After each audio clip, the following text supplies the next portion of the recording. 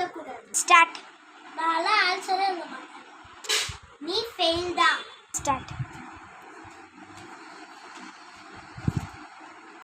டேய் என்னடா பண்ணிட்டு இருக்க? ஸ்டார்ட். இங்க ஆன்சர் ஷீட் கொண்டு வந்து சார். காப்பு சார்.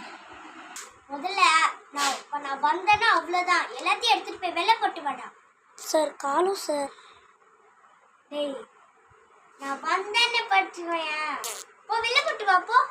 சார் இல்லை சார். அடிங்க. சார் சார் உட்காருங்க சார். இதை வச்சிரு. இருடா வரேன். ஸ்டார்ட். அரே ஒரு போட்டு